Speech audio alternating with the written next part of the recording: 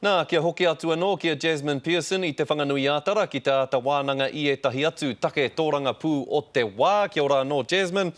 Taku pātai tuatahi kia koe au hoa e ahu pēhea na ngā whakaneke a te kāwanatanga I tēnei wā.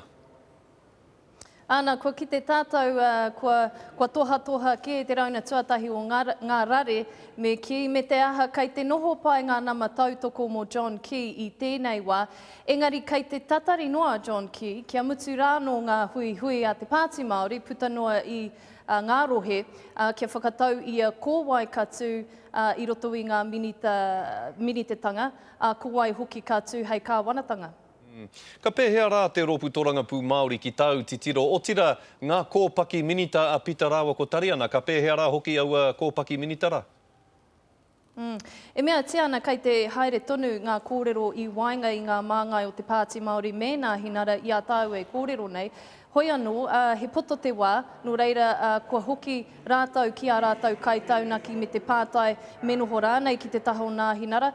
Te āhua nei ka riru anō aua kōpaki I te mea kei te tatari a John Key kia waiho kia oti rāno aua kōrero I wainga ia me te Pāti Māori. Ko te tino take kua puta mo te Pāti Māori I tēnei wā, kua hua ke tēnei tau tohe me ki e pāna ki te kai arahitanga. No reira kei te āhua āwangawanga te iwi I tēnei wā mō tauatake. Ko rongo rānei koe I etahi kōrero e pāna ki te hunga ka whakawhiwhia ki ngā tūranga minita I roto I te kāwanatanga?